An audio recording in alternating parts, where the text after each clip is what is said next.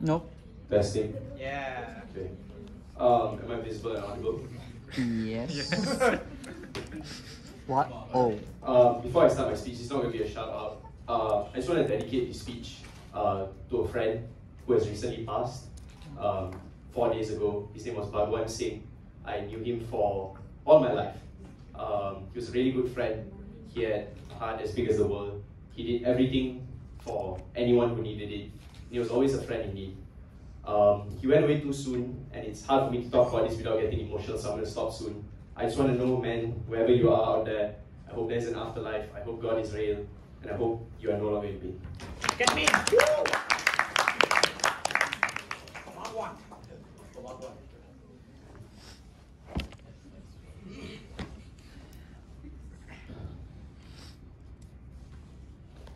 The world is full of mystery.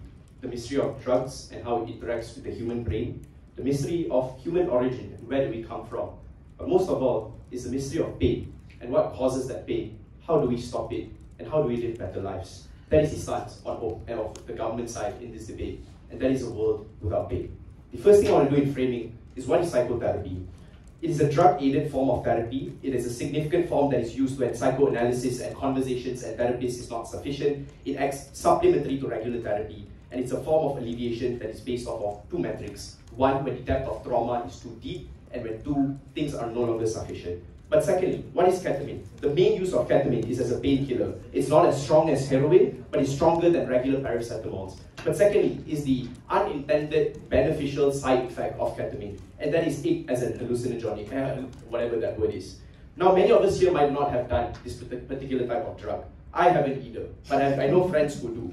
So, what does hallucinogenics do to you? Number one, visuals, and these are damn cool visuals. You see shapes, you see colors, you see a lot of things that are not there, and it makes you feel like you're in a movie or even in a dream. But secondly, and more importantly, is the introspection. It makes you think, it makes you reflect, it gives you clarity in terms of where you're going, what you should be doing in your life, and what your priorities are. What then is the status quo? Let's take a look at Ukraine. The first thing here is that morale is down for 3 reasons. One, that it's a long war, it's a war of attrition. This war has been going on for far too long. A lot of individuals feel as though they're running out of time. But two, is the fact that a lot of aid and stuff like that was existed before is no longer existed. Trump is threatening to pull out. A lot of European countries are also getting frustrated with this war is happening, with the fact that the war is happening, and are threatening to pull out. All this is resulting in morale being down. What is the implication of this? I would argue that people are a lot more apathetic. Soldiers don't know what they're fighting for anymore. People don't know what the reason is that they're living. And the thing about morale is it requires constant invigoration. Morale is not infinite, morale is not inherent, it has to be given to you in some way, shape or form. What is the model then? 3 steps to this. Firstly is that we regulate production, and this is where we ensure no things like off-market is like that proliferated on our side of the house. I just want to note, Judge, at this point of the model, we are already better than their side. You know why? Because their side still has synthetic spice. Their side still has off-label ketamine, which means when people do it on their side of the house, they are doing the worst unregulated versions of it. Yeah. Secondly, this is going to be targeted to people who really need it. 3 stakeholders. 1, active soldiers. 2, new recruits. And thirdly, victims of severe trauma. But last thing to note that in this model is that there will always be someone to evaluate. Things like hallucinogenics, when you look at some countries like California and some other countries within like Europe and stuff, the way that this is being prescribed is to make sure you don't have predisposition to things like schizophrenia, predisposition to severe mental illnesses that can result in a worse harm that you are going to go through. Like guys, these are going to be therapists who prescribe this. I think it's fair to assume in the debate this will be done in the best way. The first argument then is how we get better morale. The first thing I want to note here is the effect of the apathy. 2 things to note. 1 is that stakeholders that we identified are too tired to fight. 1, existing soldiers don't want to fight anymore. 2, you're losing out on new recruits who are growing more apathetic to the war. And thirdly, victims of severe trauma have no alternatives. But secondly, is the interaction with other people. And here is where when we look at the communication within the military, in order for new recruits to feel like there is a chance, in order for active soldiers to feel like there is a way to fight this war, they have to feel invigorated. And that relies on your generals and the way they talk to you. That relies on your higher ups and what is the messaging that they're sending to you. Is there a way that we can win this war? Or is there a way that we can win this particular mission? The long term here is on your side, you lose the war. And worse, you lose the war while feeling like absolute shit in the deepest forms of pain. How then does ketamine help this? The first thing to note about ketamine is the nature of it as a psychedelic. Psychedelics makes you question, why am I in this war? What is the point of all of this? But at the end of all of it, what it gives you is clarity. And what we think people will interact with ketamine in this side of the world is two outcomes. One is either you fight and you face the chance of dying, but you die fighting, or two, you die anyway because Russian troops are closing in, because they're getting more aggressive, because you're losing aid. Regardless of whatever they want to say, you're winning the war, you will still blah blah blah. It's not about that, because people are not objective. People decide based on their perception. If their perception is one that is of suffering and one that is of loss, that is the way that they're going to perceive the war on their side. I think we make individuals feel better. But secondly, ketamine as a painkiller, it's hard to consider things like your mental state, things like what's affecting you, things like psychological questions you want to ask when you are in deep pain. And war is painful. It hurts you. You end up with bruises. You end up with dismembered body parts and stuff like that. And this is all bad because you're unable to consider all the other aspects of your health, like your mental health, that allows you to fight in this war in the first place. If individuals on your side of the house are fighting a war while being terribly depressed, while being terribly mentally ill, without even realizing it, do you think, side opposition, that they will be able to fight this war effectively? But thirdly, is the focus on the battlefield. We concede people might use this in a battlefield. Why is this the case? Because if you're in a life or death situation, let me ask any one of you, who wants to be high? Exactly. No one wants to be high in a life or death situation. So, if people are in fact using it in a battlefield, means that without the drug, they would have been fucked either way, guys. They would have not been able to survive. They would have been crumbling into fetal positions where they are crying for their moms to come and save them. That is the world that you end up with on the side of opposition. What is the worst case then on our side? The worst case is people opt out. Before I flesh this out, go. Based on the description of the high, what does the come down likely look like? I think come downs can be regulated based on the doses. Come downs can sometimes be clarifying. Come downs can also be bad. And this is where we'll talk about when come downs are bad. So the worst case on our side is people opt out. One is that this is symmetrical because you still have off-market ketamine on your side. But two is that the apathy is too strong that it overcomes any power of any drug you're able to offer, like your weed and stuff like that. It's not enough to the drug is not enough to overcome that apathy. But secondly, if these people want to opt out and they do it without drugs on your side, what happens to the mission? Aren't people more hesitant? Aren't people a lot more less effective? Aren't people less focused because they feel like, what's the point of doing this anyway? And in the time of war, where split-second decisions are necessary, I would argue it's better that these people opt out sooner than later when it's a lot more severe and significant. The second part of my speech is, even if we lose this war, why is this a good coping mechanism? Number one, it's the clarity that it provides. People are dying anyway. People on your side are dying confused about their future, confused about their families. But at least people on our side die with a clear mind, because it's better to die high than to die being in absolute pain. But secondly, it's a painkiller that even if you die on our side of the house, you die without pain, you die without suffering, you die while still believing that you have an alternative of no pain. The way in here is simple, Judge. On their side, people are already living a hell on earth. There is no out. Soldiers are being instrumentalized to fight a war for their government. People have no alternatives. The least we can do is give them drugs.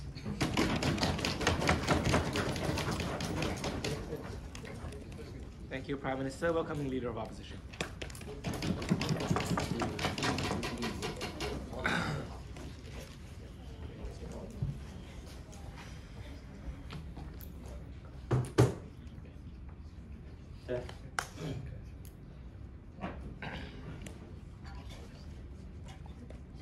I think I have to give a shout out because this is my first open final, so I just have to.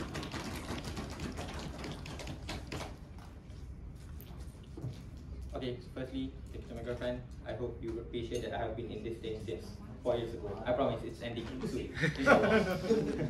I can't promise you that. No shout out. Thank you, Spiderman, as well. I mean, yeah.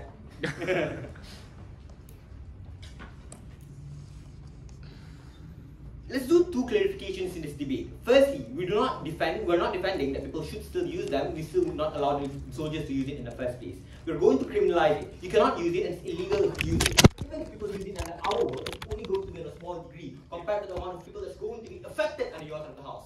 Secondly, call-outs on their case. I feel like their case is contingent on two things. If I could disprove these two things, that means we've already won the debate even in LO. Firstly, their case is contingent and people using it in a regulated manner, which is not usually the case in drugs. people are going to get addicted to it, hooked to it, people wanting to use more and more. Your threshold gets higher and higher, that's why you want more and more each time. That's why you become addicted, that's why you are going to demand for more each time. That means that if you're going to use it, I'm going to explain more in my substances later. Secondly, what if people do not feel good? Because people's reception to those drugs are different. Ahsan probably likes to get high, but Raymond doesn't. So the point here is that people are going to be affected each time they use drugs. The point here is that if people do not feel like shit using it, they're probably going to get fucked in their side of the house. Other reports should be integrated. Firstly, on the characterization, then we think on our side of the house, characterization of Ukraine, there's a very small number of providers already in Kyiv. You can look at Infoslide. You have to use a lot of money in order to increase access. Because in order for them to defend all the benefits of ketamine that they want to defend, they have to defend a lot of access going to be there to begin with. Secondly, we think that people already sympathize with Ukraine. People already get the idea that Russia is an oppressor, and it's so much harder for you to side with the country that say yes to drugs, that say drugs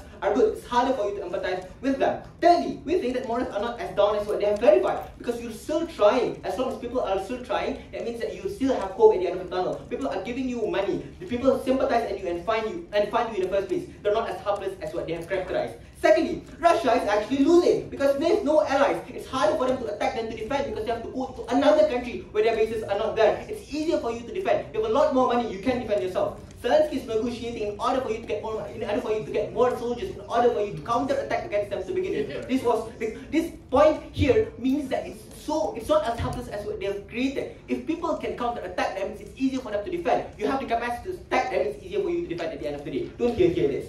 Secondly, on the comparative, they assume that you always have, this debate happens on the assumption that you have the money. Because in order for them to access their benefits, they have to debate on a world they have the money in order for you to give the subsidies to begin with. We say that you can give therapy, even if it takes a long time. Firstly, then, why therapy works? Because this deals with the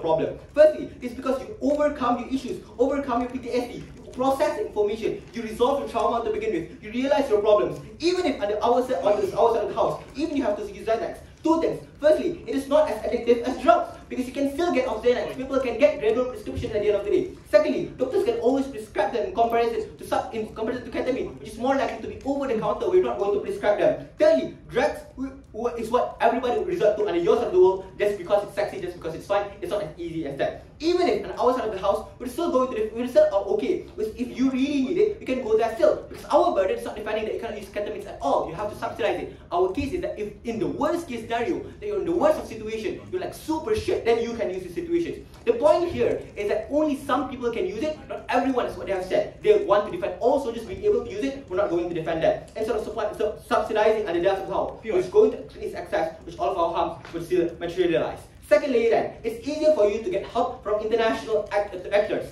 Firstly, it's so much easier for you to import psychotherapists and psychologists for you in the first place because it is so intuitive for you to do that. Because no country is ever going to agree with you if it is so counterintuitive for you to support a country that's going to legalize drugs to begin with. It relies on my first characterization. Therefore, this means that it's easier for countries to send out the people to go there in order for them to work with you. It's very unlikely for you to send money to a country that is going to use it to buy drugs. It's very counterintuitive for you to do that. And our world is easier for you to give sympathy. Not yet. What does ketamine do then? First layer. This is not. Why is it a bad idea? One, ketamine does not resolve your trauma because it's short term at best. If you have crashes, that means in your crash is going to calm down is when the worst is going to, when the hit is going to get there. You're going to feel worse when you get sober. It will only distribute trauma during the time when you feel high. Sure, you can see shapes. Shapes are fine, but only while it lasts.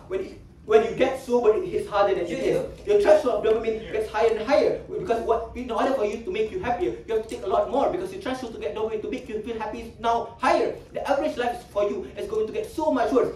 Smaller wins does not make you happy because it's not enough. This is what masturbation does to you as well. Don't masturbate, guys. Secondly, on the long-term effects. What we're telling you here is that ketamine are going to have so much long-term effects for you. You're going to willing to forego long-term health issues just for the short calmness that you feel. Your brain gets worse each time that you use it. Your organs are going to reject it at the end of the day. Your 20-year-old soldier are going to fight for independence that they can only feel for 1 year. Thirdly, on the impact, government needs to pay more each time. Because if you mean that you're going to subsidize more, that means increase access. People are going to need more. This is the treadmill in which you're going to pay more and more each time at their house. Because in order for you to feel happy, you need to pay more at the end of the day. This is also going to be Iva's extension on how it's going to be corporate. This is exactly what happened in opioid crisis is going to happen over and over again. Sure. What are you going to do when you set up therapy clinics and therapists in war areas like Donbass and Mariupol and Putin bombs and kills them? I feel like, firstly, they could also happen under your work where you can also have all your clinics bombed. That means the amount of money that's going to be spent is still going to be the same as the cost. I don't understand the POI. Secondly is that ketamine is very addictive. You want it to get high over and over again.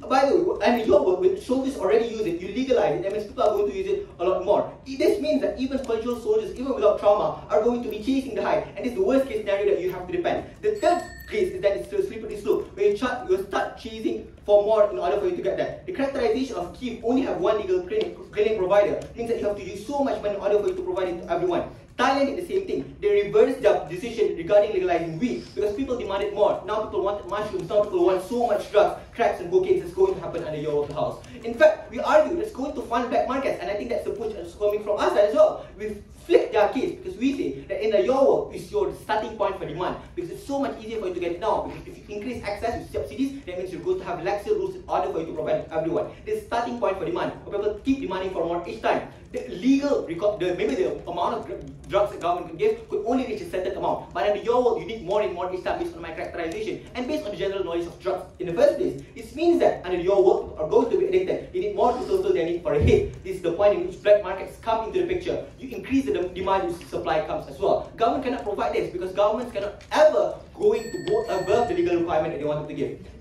Criminals now, which are drugs addicts, are going to block the pharmacies. Addicts would do anything in order for them to get more drugs. Drugs are fine for them, it's not fine for the soldiers who's going to suffer for so long, for much longer.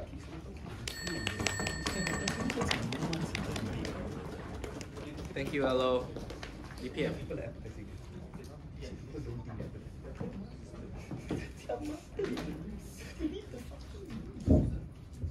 No shoutouts, just a disclaimer. Usually in debates where the side is defending drugs, the endorsement will come from the speaker to say this is not a reflection of personal opinion, don't do drugs and all that. I'm here to tell you, this is a personal endorsement. Any opportunity you get, please experience as much drugs. Okay? So with that out of the way, you can start the timer when I begin. If the motion is not printed on the slide, Ahsan's speech, you can copy paste for any motion against drugs. Because you know what he tells you? The reason we shouldn't do this is because of one of the reasons, which I'll go one by one, just to show you how ridiculous it is, then we'll go into the real debate.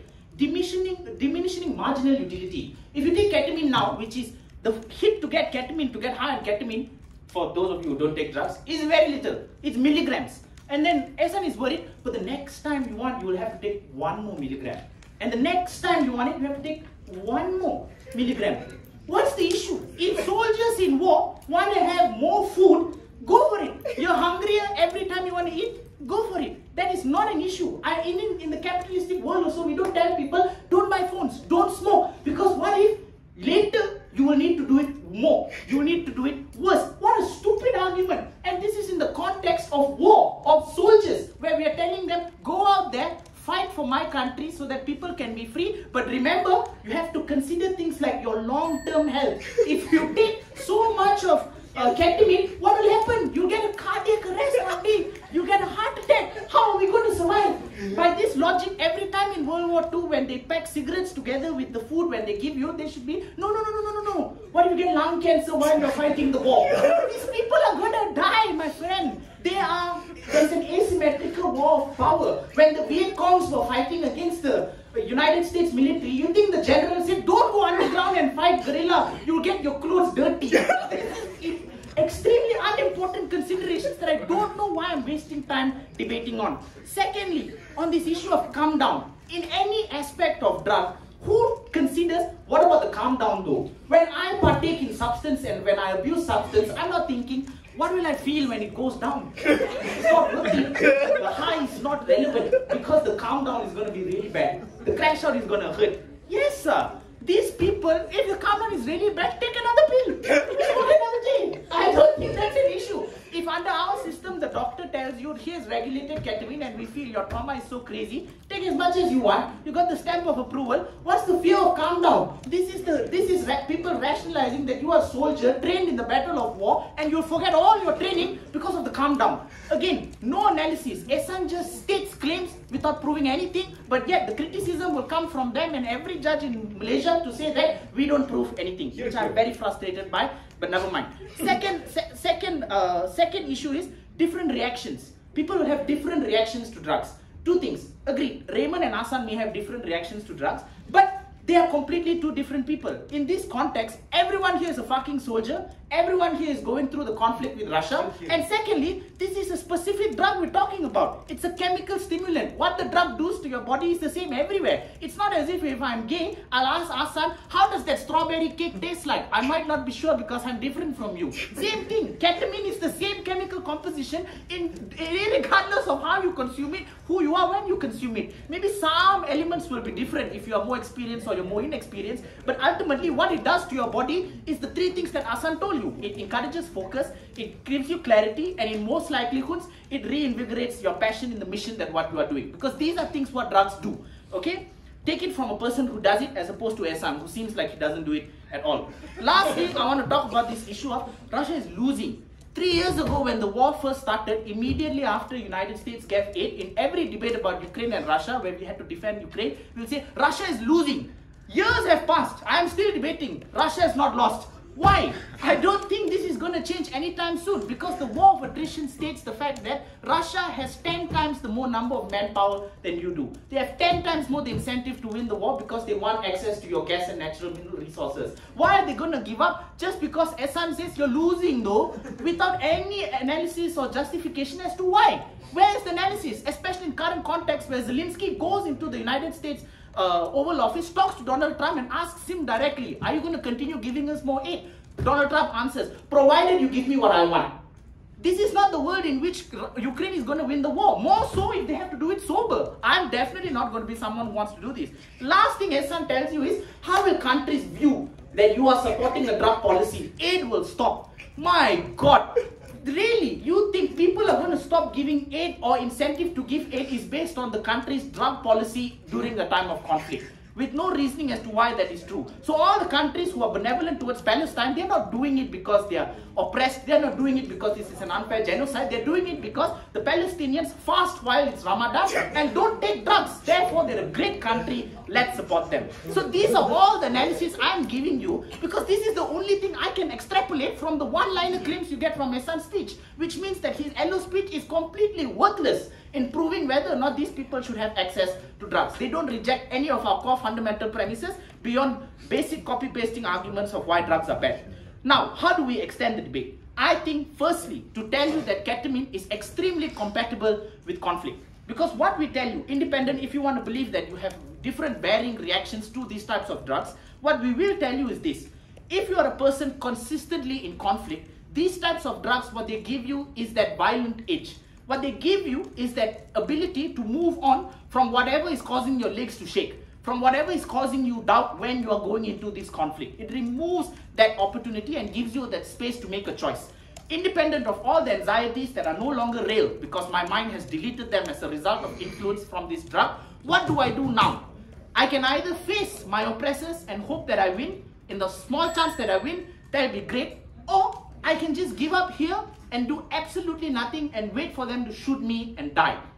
In which instance, a soldier that is trained with the capacity to do everything and with the mindset which is now free from doubt and pain and trauma and suffering, what do you think his choice will be? His choice will be to stand up and fight. His choice will be to be violent against his oppressors. His choice will be more likely to be reinvigorated that we have a chance to win. Maybe in the next moment while he makes this decision, immediately as he goes out to the battlefield, he gets shot in the head and died. Fine, we'll accept that. Because in this world, he would have died thinking that, shit man, I'm climbing a mountain. I'm beating the Russian oppressors. Putin is going to suck my dick. So this is what the opportunity this provides to these types of soldiers. And that is a victory for us on our side. Because the circumstances are grim. I'm not going to stand here and tell you Russia is losing. Therefore, to ensure their loss, we should continue being sober. Especially in a world where People are taking off-table ketamine. People are already accessing synthetic stimulants. People are already accessing reefer. So all of the analysis of how you want to criminalize drugs entirely, first of all, don't make sense in vacuum of the fact that this is already happening on basis of the Infoslide. But lastly, on the fact that these soldiers have no long-termist plans in mind. Given that fact, why should we care what will happen if they take ketamine? For all intents and purposes, go drugs. Thank you.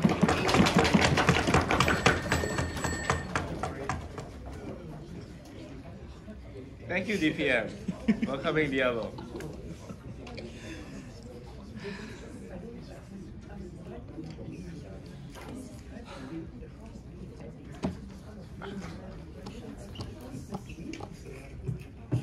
Hello.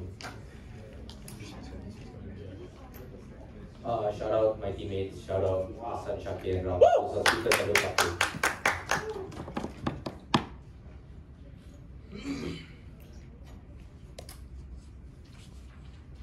Ram's speech is pretty funny, but you peel apart the comedy and you see that Ihsan's speech on the material and mechanization are still standing.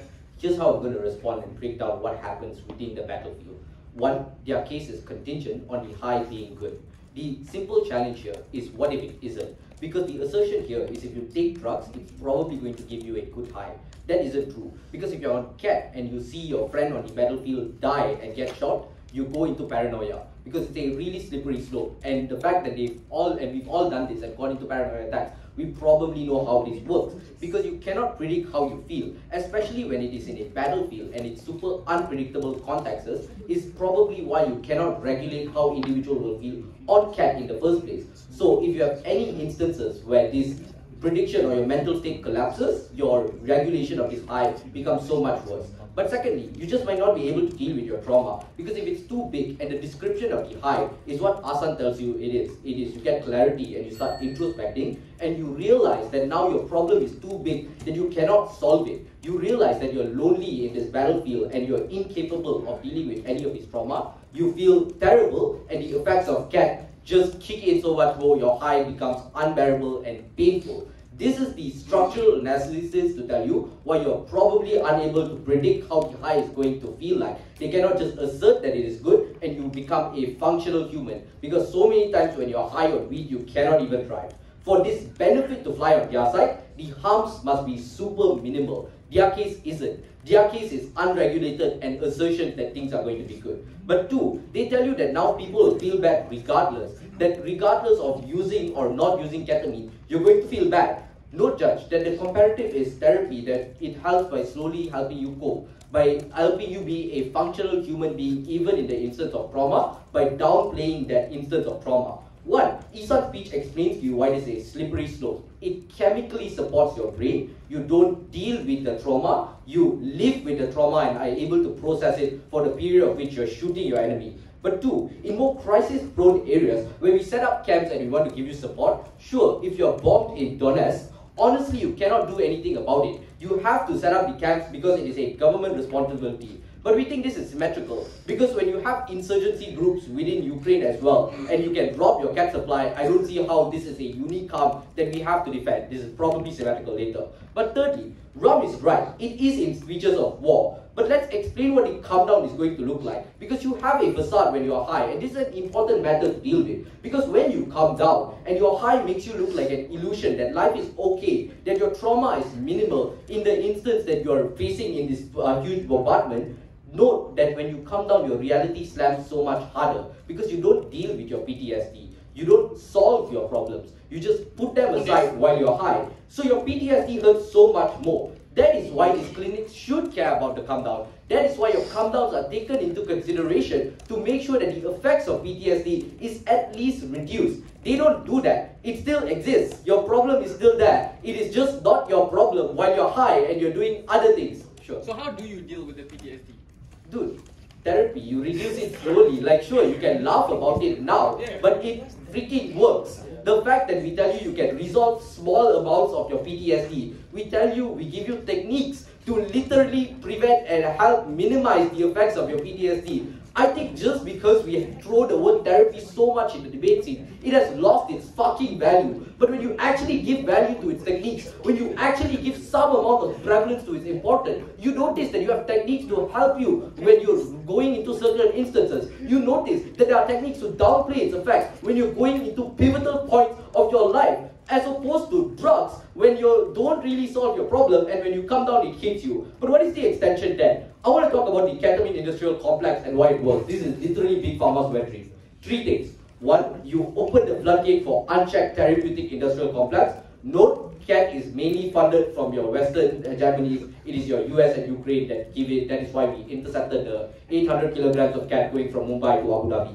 Two, it is state funded. Pharmas lobby it. Clinics multiply. Suddenly everyone is a war traumatized soul. You commodify PTSD and then trauma becomes your currency. Later, this is the point at which the opioid crisis in 2008, after the financial crisis hit. That is why in Philadelphia and Boston, ketamine is a very rampant problem. Later, this is the point at which when you state fund, you have unregulated amounts of ketamine entering into your supply. But third, it is the perverse incentives to overdiagnose and overtreat. Because now instead of solving your mental health, you have a funding of a permanent mental war. You diagnose people with PTSD so that you can sell more KET to your people. You cannot regulate how KET is going to be sold towards these individuals. You cannot regulate how the business models of these clinics are going to operate. In that instance, this is something that we can argue because it is intuitive and it works. What is the impact of this? 4 things. One, you replace healing with your sedation. Your trauma is not processed, it is chemically suppressed. I got so much more, I cannot take it.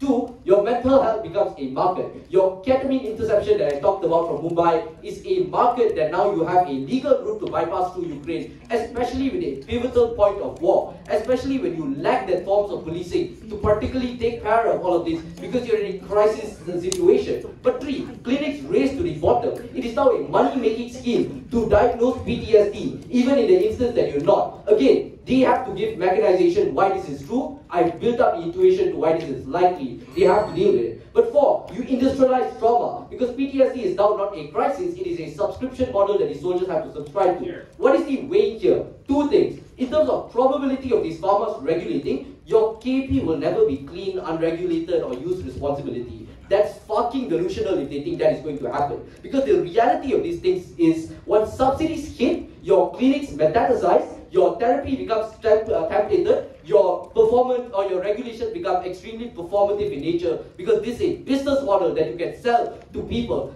PTSD becomes a commodity that you can literally trade. So you cannot regulate empathy on their side at scale because the moment it is subsidized, it becomes automated and it becomes commodified, which is the real problem of why they can utilize this to sell you, especially in a very vulnerable point in your life. When you literally need it to operate, this is the point at which they make this a business model. But two, it's irreversible. Once you make or approve this, you have institutional lock-ins. Your institutions keep KAP alive. If you reverse, you have things like clinical bankruptcy, so economic backlash. You have things like political suicide in terms of these KAP unions. You have economic dependency based on entire KAP industries running. This becomes worse in the conflict because one, the import from ketamine is mainly lobbies. This is lobbies and entry routes. But two, they assert to you that you're more functional. I give you analysis towards the comparative, why you're non-functional.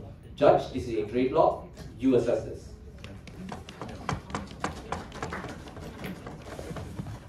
Thank you, Diallo, for coming up with.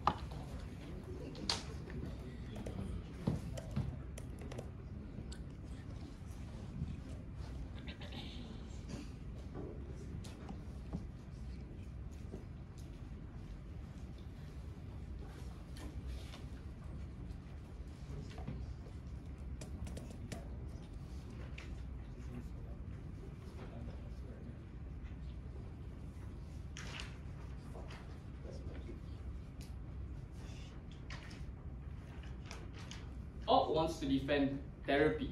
So if you go to the doctors and you ask the doctor, "Doctor, how do I deal with this trauma? I feel sad, my brother died, my mother died, I don't know why I'm fighting this war anymore." The therapist will say, "And how does that make you feel?" What the hell is that question? Obviously it makes me feel sad, obviously it makes me feel depressed, but I still have to fight this war anyway, right? This debate is about the now, it is about urgency. We need to win this war because if not, we cease to exist. This is a fight for the prevention of extinction of the Ukrainian territories. That's why we can't wait for another therapist appointment. We need the drug now. Two issues in this debate. Firstly, on coping mechanism and how we win in the short term, but secondly, on how we win the war by increasing the morale. Before that, one really important piece of clarification, which is on how we're going to enact this policy. They argue that we're going to do it badly, it's going to be incredibly unregulated, and later on they argue that it'll be an industrial complex that will fund this and make it a commodity. The first response I want to ask here is, how expensive is Ket really? I'm assuming we have lots of reserves, we already have quite a lot of ketamine, which is why we can give and prescribe it to people. Ram also gives you quite a lot of analysis as to why it's 1 milligram, like 1 gram means like, I don't know how much is it, like probably 100 milligrams, it's 100 soldiers, so many times you can get high. I think this is not that expensive. But the second question I want to ask, is the better question is this cost justified?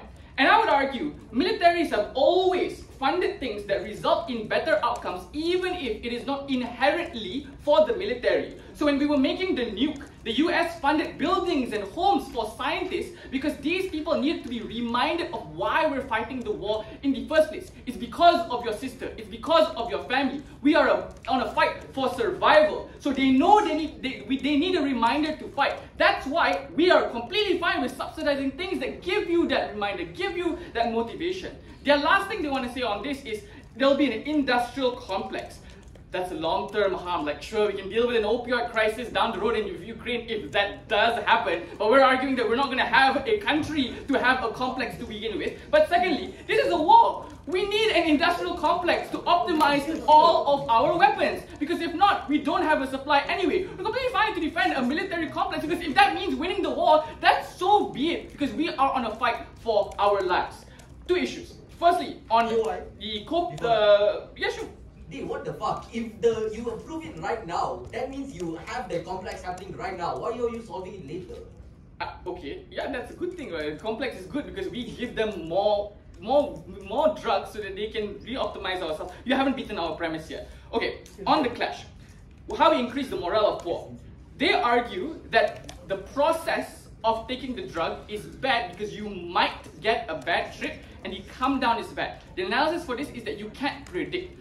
We agree, we can never predict every single biological reaction to this particular drug. But we gave you so many different similarities amongst the people who are going to take this drug. Their trauma is is the same, right? All of their families are dead, and therefore they are probably going to react the same way. Even if you don't buy that, we gave arguments in first as to why the responses will range, but it will all give you benefits. Things like the clarity of thought that removes anxieties from these people so that they can be hyper-focused. But secondly and more importantly, they can kill the pain that is imminent in their lives. They have no alternatives now. Living in sobriety is painful, and therefore the alternative of being sober is far, far worse. So we're arguing, even if there are different reactions, those reactions are likely to be good.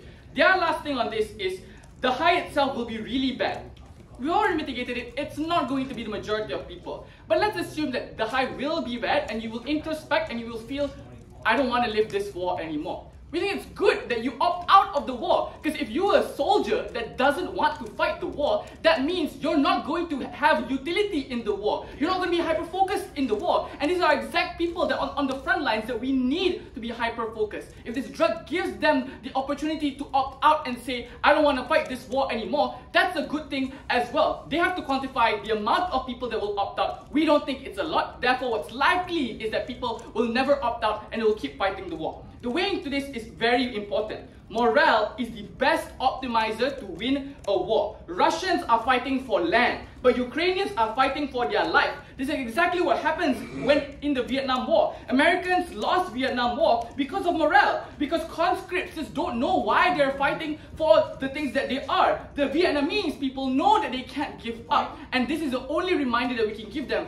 to not give up. Second issue then, no thank you. On a coping mechanism, they argue the come down is going to be bad. Our response is the come down is heavily mitigated. But the second response, and more important, is I would say you feel bad more because drugs are stigmatized. Because other people are gonna be like, no, you're kind of paranoid, like, oh, I wasn't that good, I wasn't that like fun when I was high, I didn't feel too good.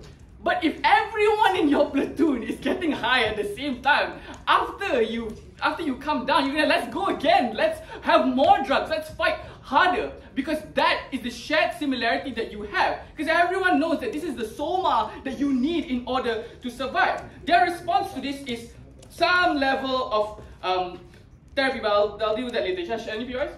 Vietnam won the war without drugs. Why do you need drugs? How do you know?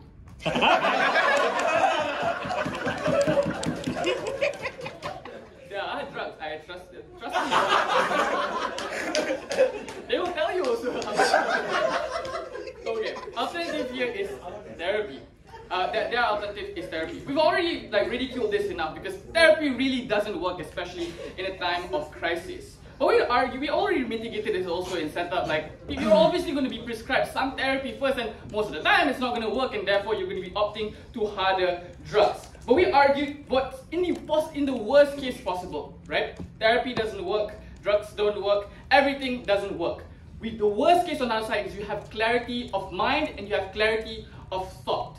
This is a debate about status quo. It's about urgency, it's about the now. So if you know that on one hand you are going to be staring at the barrel of a Russian troop, and on the other, that Russian troop looks like a really good guy and visualization and hallucination, we'll obviously choose the latter.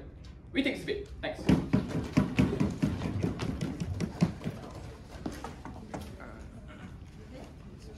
Thank you, Gov, for welcoming our web. Excellent response.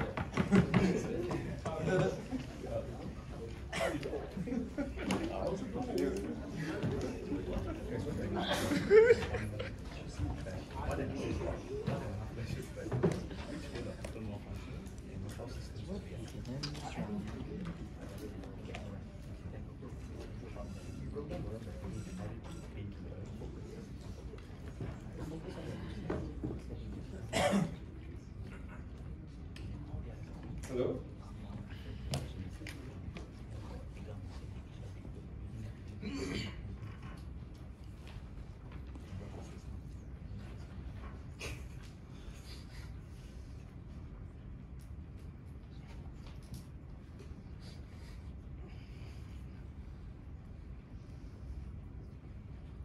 First question, which is better, the ketamine black holes or these therapy marathons? What did we explain? First, that in the short term, there's probably three things. First, that you're probably going to have an immediate crash. That's literally how ketamine works. Therefore, your capacity to feel good after this short-term period is very hard because the crashes crash really hard. Second, that this is a smokescreen from your actual problems. So you may have PTSD right now, and you may not feel it when you're high and looking at shapes, but after that, you'll have to deal with it, and you'll deal with it a lot harder. But see that there is an immediate dependency which occurs. So sure, it's 1 milligram now, but in the long run, which arguably is probably in like 1-2 weeks, it's a lot of ketamine that you probably need. The impacts here are relatively simple, that the average life becomes a lot harder because you now think about ketamine all the time. The amount of dopamine you need to feel like an average individual becomes a lot higher of a threshold, and you will never be able to feel anything in the absence of this ketamine. In the long run, we argued this probably leads to some slippery slope. I'll admit, any long-term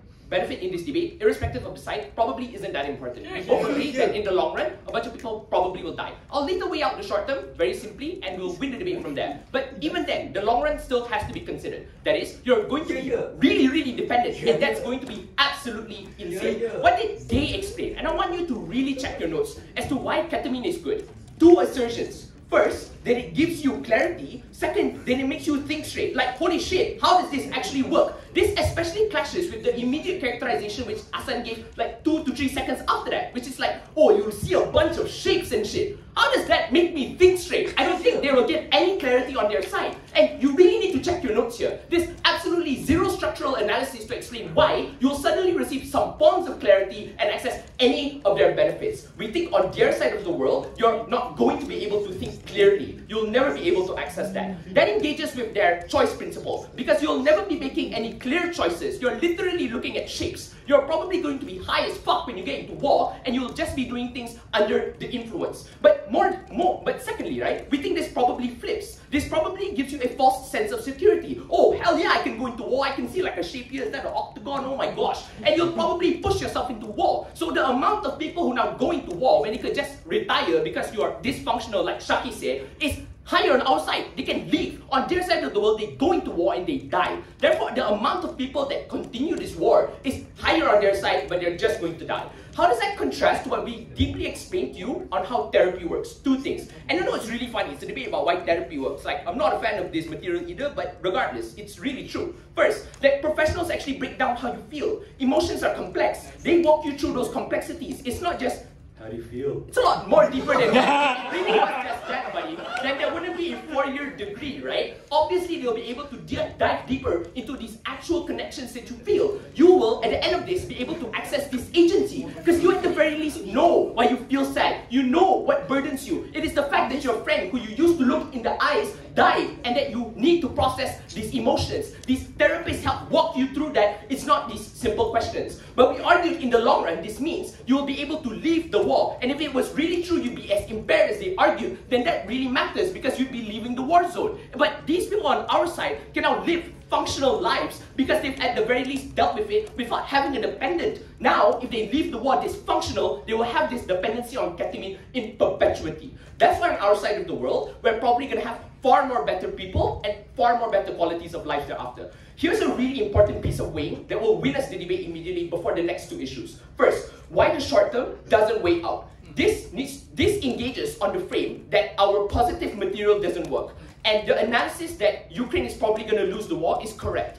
Why is it we still win this debate? First, that the limited periods of happiness make the other 18 hours of your life a living hell. This means you need to feel this additional dopamine in order to feel something on the war field. Second, that you will have this continuous burden weighing down on you within this period of hell, making this hell a lot worse. But third, we think this engages in that principle of empowerment, because you wouldn't feel empowered, you'd feel sluggish, you need that ketamine, oh I need that hit, yo, oh my gosh, I can't go into but I feel, oh my gosh, what the hell, you probably need it, and it's gonna feel really, really bad. Their moments of quote-unquote bliss look like absolute jail on their side of the world. That's why even if we die in the short term, their short term looks more hellish than ours, because the threshold for dopamine needed is a lot higher compared to us. But then, even then, right, we argued the long run that you'd probably need a lot more resources in this period, because you're going to need to fund a lot more people to have access to these ketamines.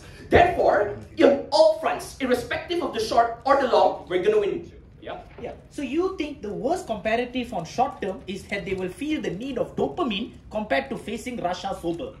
That's what you're saying. Our argument is that when you are sober, at the very least, the threshold to feel human and to feel something is lower than on your side of the world, that during this period of Russian invasion is a lot higher. Therefore, not only is it this Russian pressure which is pushing down on you, but the fucking need for ketamine at all times, which is absolutely insane. Second, on black markets, I'm going to watch this really quickly. They argue that people on our side of the world will consume this unregulated. The broad mitigation is it's still illegal, not many people will be doing it. But if you believe our case, we argue that government will be legalizing it, and they're probably going to be grabbing all of this supply from all of these unregulated people, the black market on our side of the world in the first place. But this leads to and this is because of 2 things. First, that they want to claim urgency, therefore, if they want to claim the immediate supply, they'd probably be going to the black markets. This is literally Thivagar's whole speech, right? Which Syakir just never engaged with. Second, that the only ones who can supply immediately, and the 300 tons of ketamine that you actually need right now, are literally the same black markets which they're talking about. So on our side of the world, we concede there's still black markets, there's some ketamine in the market. They literally legalize that shit and push it. This is bad because it's unregulated. So the kinds of effects which occur are so in doubt. We have no idea how this is going to work. And this points to the very big flaws coming out of their leader, which is just, what the hell is the mechanism? Who will supply this? Syakir had to give a clarification in third how the mechanism will work.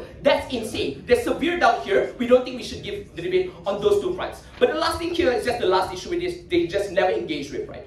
We argue that this is the new coming, the opioid crisis, and that this monetarily impairs until the end of time Ukraine, because millions of new people will will be opting into this drug and will need it. They will need it so much that it will create an inelastic supply, inelastic demand for it. This means these new ketamine black markets can suffocate prices. All of this in the process of Ukraine being in war. All of this in the process of trying to save lives. It's relatively clear. Don't go with drugs.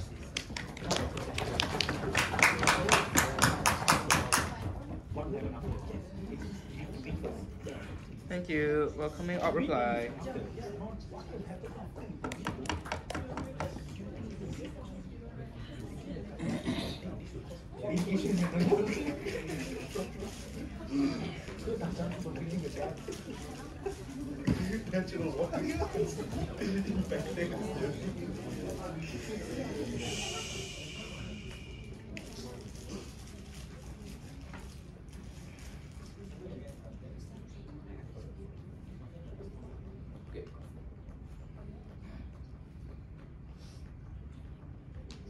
Two questions I'll answer this reply. Firstly, what is the case and all the benefits that they push?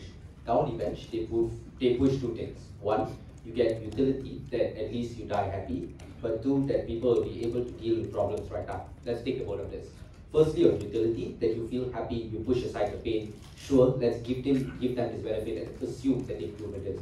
They don't really deal with this pain, these soldiers. You put a pause on the trauma. We clearly break down to you why reality hits much harder when the smoke screen that Anas talks to you about hits you. That is why if you're in Donetsk during a calm down, you feel paranoid, that reality of PTSD hits you much harder. It's over for you lot. You're probably going to die because you cannot cope. That is why their case is extremely reliant on you being high all the time, which is unlikely for you to have any forms of progress in terms of success. That is why Ukraine will never win. But two, people will be able to deal with these problems right now. And that's it. That's all that Syakir pushes to you in terms of the extent of the impact. Again, some people will be functional, but you cannot regulate and predict the functionality. When I've given you analysis towards the triggers of paranoia, towards the unpredictability of war and how the effects of drugs affect you, particularly during times where you're vulnerable. But again, let's assume you're functional and deal with your case. Question number two then. What are the harms on our side? Because this debate is quite deadlocked. So what is the weighing in terms of the harms that we push? One, we tell you when you zoom out, individuals die happy. But note, that is not a government responsibility at all. The Ukrainian government doesn't have a responsibility to make sure their soldiers die happy. They have a responsibility to re-secure Kyiv and to ensure a sustainable, or at least a ruling government. There isn't any proof or probability of why they win the war. In fact, Trump concedes it, that they are never going to win that. So we explain to you, firstly, that is a slippery slope. You don't know how this is likely going to look like. You don't know what are the effects of this. Hence, this isn't the best war strategy. But two, because of the industrial complex, sure, it becomes worse in the long term. But note, as soon as these drugs are readily accessible, it becomes a problem right now which you have to deal with. Which means they have to engage with this rather than the dismissive response coming from Syakir that simply says, oh shit, we handled the opioid crisis before, we can probably handle this crisis later. That isn't a sufficient response to an extension that I spent 4 fucking minutes building. But note, all of the harms at this point are still unresponded in terms of the ketamine complex that is likely going to happen. Secondly, we give you a comparative of therapy. We explain to you the functionality and how the model of therapy is going to work. We explain to you that you are introduced with techniques to how to deal with PTSD. We introduce towards questions as to how you can check all of these mental health problems when you enter into war. That means you have some mitigation towards the problem on our side as a guarantee, because the fact that we still do have therapy in status quo means it is worked to some extent. We have to give credit towards the existence of it. They make fun of it to you, but we give you the analysis as to why it works specifically. But the third question then is, what if therapy doesn't work? Note that therapy forces you to engage with your emotions, so it has to work to a certain extent. But three things. One, you're living in hell. Meaning, if you introspect, there's no guarantee that you're probably going to go on fighting in the first place. If you realize that this problem is too big for you to deal with, there is probably a cop-out in terms of war as well. I think Azim and Syakir ran this in an extension once. Two, you have more clarity when you're sober. You're grounded with real-world incentives. You're grounded with incentives to win wars. You're grounded towards what the realities of the rewards that you probably can achieve in the instance that Ukraine gets a tipping point. That is why this becomes a Ukrainian government incentive to pack off of this benefit. But thirdly, guys, you're in a war. You cannot be high during a battleground. You need to understand strategy. You need to understand what to do when your area is being bombed. Say, yeah, they new material, you want to respond on it. Therapy keeps you sober, but you have to credit this as an underlying mechanism because you have to understand what people are telling you. You have to know where to retreat, etc. You're never going to win, but at least when you're sober, you get a marginal better chance in winning this war. They've lost this case. The only pothead that can serve it is Koen Karthikeyan, and I don't see him right now. Thank you. Welcoming of reply. I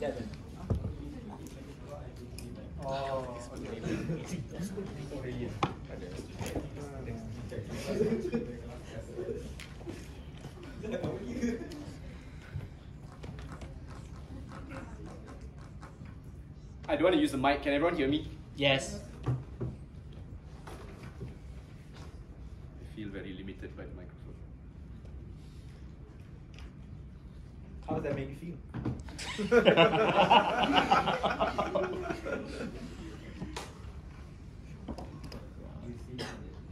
Panel, what is worse than hell?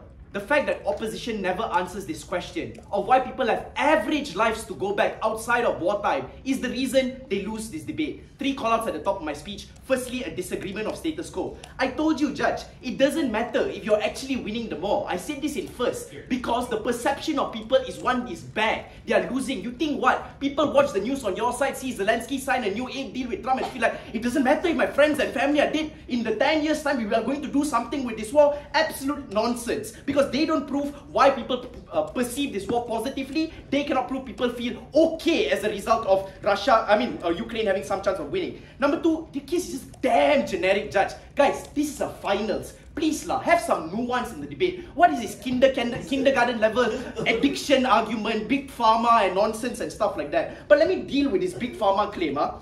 Guys, it's war. Every fucking thing is an industrial complex. You have to get the guns, that's the military industrial complex. You have to get the heroin, all the other medication also, that is the industrial complex. What is the uniqueness of this ketamine industrial complex, Tiva? Please tell me before we do drugs the next time or whatever. But then, the third call out then I have to do a very special someone, and that's Anas. Anas likes to do this thing in third, where he'll really pivot the case into something else. But what happens when he does this is 2 things. One, significant amounts of new material. One, in terms of what the scaling and characterization of therapy looks like in the first place is only heard in Anas's speech. But 2 is the fact that they want people to feel and process things in a beneficial and positive way. No one ever spoke about that. Don't lie to the judge. Secondly is the contradiction. Anas says, by the way, the whole speech was about long-term matters, the long-term effects of the country, long-term effect of health or whatever. Anas says, no, guys, it's actually no, the long-term doesn't actually matter. But in the second line, he literally says, again, the long-term matters because we have to care about those things. First clash then. In which world are people more functional? What did they tell you on opposition? 1, on addicts. We told you firstly, we will regulate it. But number 2, let me weigh this. Let me weigh the harm of being an addict versus the harm of low morale, depression, pain, and death. That's it. The second thing is on the effects of the drug. They say there are subjective effects to the drug, and you don't know. First response is, if it's really bad, you will stop doing it lah. I'm sure anyone here who has done shrooms and had a bad trip, or done weed and had a bad experience or whatever, you don't do it again because it scares you, right? But number 2 is the paranoia. They say, you see your friend dying and you feel intense amounts of paranoia. Tiva, you're just a paranoid person while on drugs, so you don't compare yourself to other people who do drugs. But in which world is paranoia worse? Is it when you're high?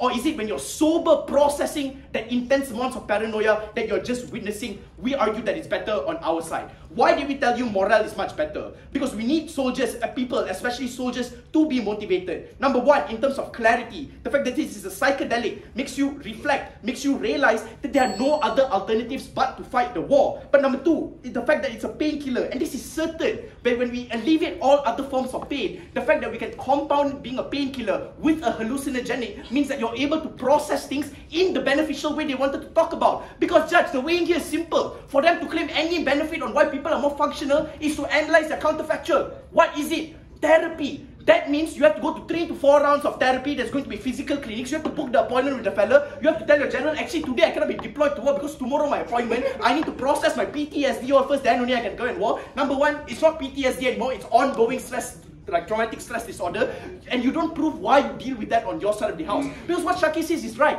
All a therapist can ask you is how does that make you feel in different ways. The thing is, these soldiers cannot decide how it makes them feel. They have to fight, and that strength and the motivation to fight can only come from within when they do these drugs. That is a question they don't answer. The second thing I just want to quickly deal with is how systems will react. Number one, in terms of the black market, oh shit, thank God Ahsan identified the black market. Send your report, bro, to all the countries that are legalizing drugs. I'm sure they will appreciate it a lot. But number two is the long term. Things like the opioid crisis, etc. We have made it quite clear that when Viet Cong were digging holes to, like, in that guerrilla warfare, they didn't think about irrigation systems. They didn't think in the future our road systems are going to be screwed because there are holes everywhere. Because there is no long term when you're in a war. The only thing that you want to do in a war is win it. It's not a deadlock, Tiva. We won from first because you have never engaged with us. Sobriety is a threat. Release your shackles.